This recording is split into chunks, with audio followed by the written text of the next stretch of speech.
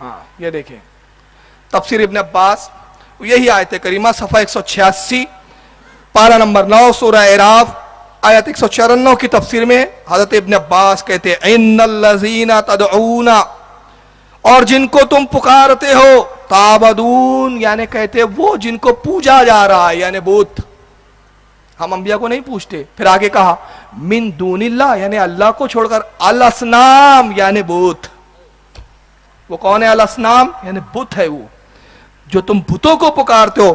عبادکم امثالکم، تمہاری طرح کے بندے ہیں، یعنی کہتے ہیں مخلوقون امثالکم یعنی مخلوق ہونے میں تمہاری طرح ہے، تم بھی مخلوق ہو اور وہ بھی مخلوق ہے. آئیے اب دوسری آیت سنیں، اس کی دوسری تفسیر سنیں اسی آیت کی. در منصور تفسیر، اس کا صفحہ نمبر 706 جلد نمبر 6 سورہ اعراف آیت وہی ہے. اسی کی آیت کی تفسیر میں امام جلال الدین سیوطی لکھتے ہیں قولہ تعالی ان الذین تدعون من دون اللہ، تم اللہ کو چھوڑ کر جنہیں پکارتے ہو. اخرج ابو شیخ عن سعید ابن جبیر رضی اللہ تعالیٰ عنہ، اس کے بارے میں کہتے ہیں کہ اخراج کیا حضرت ابو شیخ نے، اور روایت کیا ابو شیخ نے سعید بن جبیر سے. قال وہ کہتے ہیں یجاؤ بالشمس والقمر، قیامت کے دن اللہ تعالیٰ سورج اور چاند کو بلائیں گا، چاند کو بھی لایا جائیں گا اللہ کی بارگاہ میں اور سورج کو بھی بلایا جائیں گا. وَيَجَاؤُ، ہاں حتیٰ کام ہے ایک منٹ، حتیٰ یلقیان بین ید اللہ، اور پھر اللہ کے سامنے ان کو پیش کیا جائے گا، چاند کو بھی اور سورج کو بھی. یجاؤ بمن کان یعبدوہما، اور پھر ان کے پجاریوں کو بھی لایا جائے گا جو چاند کو پوجتے تھے، جو سورج کو پوجتے تھے، جو ان کی عبادت کرتے تھے، ان کو بھی لایا جائے گا. فَيَقُولُ، اور اللہ ان سے فرمائے گا فَادْعُوهُمْ، پکارو ان کو، فَلْيَسْتَجِبُوا لَكُمْ، کہ تمہاری پکار سنیں. تو اس آیت میں کون مراد ہے؟ جن کو پکارتے ہیں، پکارنے والے کون ہیں؟ مشرک. اور جن کو پکارا جا رہا ہے وہ کون ہے؟ چاند اور سورج، جن کی پوجا کی جا رہی ہے. اور آیت کریمہ پھٹ کس پہ کی جا رہی ہے؟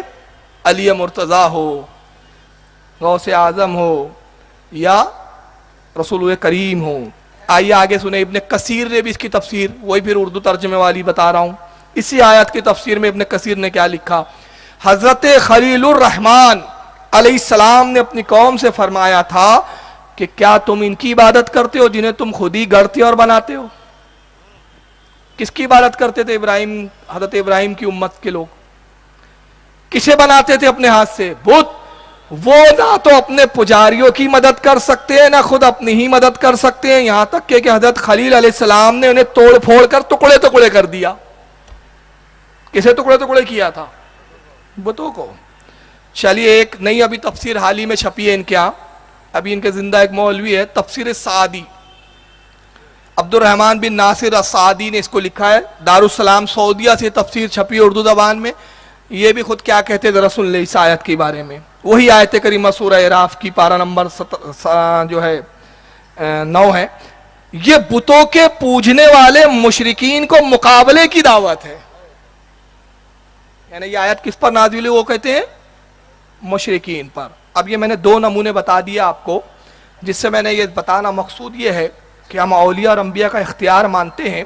تو یہ کیا کہتے ہیں؟ وہ آیتیں لاتے جو بتوں پر آئی ہے. اور یہ کوئی پہلے لوگ نہیں ہیں. ان کے جدہ کریم کون تھا معلوم ہے؟ یہ اسی سے نسل در نسل آیا ہے. آئیے ان کے جدہ کریم کا تعارف بخاری سے کراتا ہوں میں آپ کو. یہ ہے بخاری شریف، کیونکہ پڑھتے ہیں بے عشق محمد پڑھتے ہیں یہ بخاری.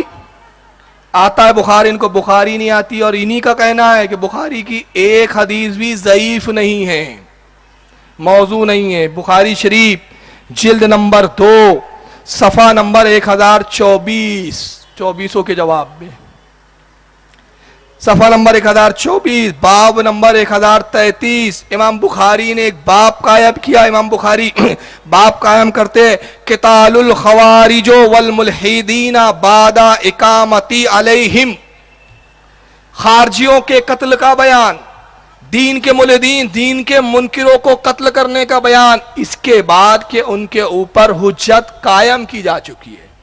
ان کو حجت دی کی جا چکی, دین بتایا جا چکا, اس کا بیان. اس کے بعد قرآن کی ایک آیت لکھتے امام بخاری, وقول اللہ, اللہ تعالیٰ کا قول ہے. اللہ ارشاد فرماتا ہے قرآن میں, وما قان اللہ لیضل قوما بعد اذا ہداہم حتی یبین لہم ما یتقون. اللہ فرماتا ہے قرآن میں, ترجمہ مفہوم یہ آیت کا کہ اللہ کی شان نہیں کہ اللہ جس قوم کو جب ہدایت دے دیتا ہے تو ہدایت کے بعد اس قوم کو گمراہ کرے. ہدایت دینے کے بعد اس قوم کو گمراہ نہیں کرتا, یہ اللہ کی شان نہیں ہے. یہاں تک کہ حتی یبین لہم, یہاں تک کہ ان پر ظاہر نہ کر دے, یبین لہم ما یتقون, کیا اچھا اور کیا برا ہے, جب تک ان پر واضح نہ کر دے حق کو تب تک اسے گمراہ نہیں کرتا. یہ قرآن کی آیت کا مفہوم ظاہری. اب اس آیت کو لکھنے کے بعد, اس آیت سے اپنی دلیل کو مزین اور مضبوط کرنے کے بعد امام بخاری اب حدیث یہاں سے لکھتے ہیں, وقانا ابن عمر, اور ابن عمر رضی اللہ تعالیٰ عنہ سے یہ بات مروی ہے, وہ کہا کرتے تھے, یرہم شرار خلق اللہ, اللہ کی مخلوق میں, اللہ کی بندوں میں, اللہ کی مخلوق میں سب سے بدترین لوگ خارجی فرقے کے لوگ ہیں. خارجی کون تھے معلوم ہے آپ کو؟ یہ حضرت علی کو کافر کہتے تھے. کہتے تھے علی کافر ہو گئے, کوئی حکم نہیں. یہ بھی قرآن ہی پڑھ کے بتاتے تھے. اللہ نے فرمایا کوئی حکم نہیں سوائے اللہ کے, مگر امیر معاویہ سے جنگ ہوئی تو علی نے صلح کی, تو صلح کے اندر ابو موسیٰ اشعری کو حکم بنایا, ان کو بیچ میں میڈیٹر رکھا اور حکم بنایا. حکم تو صرف اللہ کا ہے, لہٰذا ابو موسیٰ اشعری کو حکم بنا کر علی کافر ہو گئے. کافر کہتے تھے اس دور کا خارجی علی کو کافر کہتے تھے. آج کے دور کے خارجی غوث اعظم و بزرگان دین کو کافر کہتے ہیں. ابھی میں دلیل بھی دوں گا. تو امام بخاری کہتے ہیں کہ حضرت عبداللہ ابن عمر کہا کرتے تھے, کیا کہا کرتے تھے, یرہم شرار خلق اللہ, اللہ کی مخلوق میں سب سے بدترین مخلوق خارجی فرقے کے لوگ ہیں. اس کی وجہ کیا ہے؟ وقال, وہ کہا کرتے تھے, انہم انطلقوا الی آیات نزلت فی الکفار فجعلوها علی المؤمنین. جو آیتیں کفار اور بتوں کے بارے میں آئی ہے وہ مومنوں پر فٹ کرتے ہیں. سمجھ میں نہیں آئی آپ کے بات؟ ارے نہیں آئی کیا؟ خارجی بدتر ہے. کون کہہ رہا ہے؟ صحابی رسول. امام بخاری لکھ رہے ہیں. اور بدتر کیوں ہے خارجی؟ وہ کہتے تھے وہ آیتیں جو بتوں کے بارے میں آئی, جو کفاروں کے بارے میں آئی, وہ فٹ کس پر کرتے ہیں؟ مومنوں پر. بتاؤ یہ کام آج کون کر رہا ہے؟ کون کر رہا ہے؟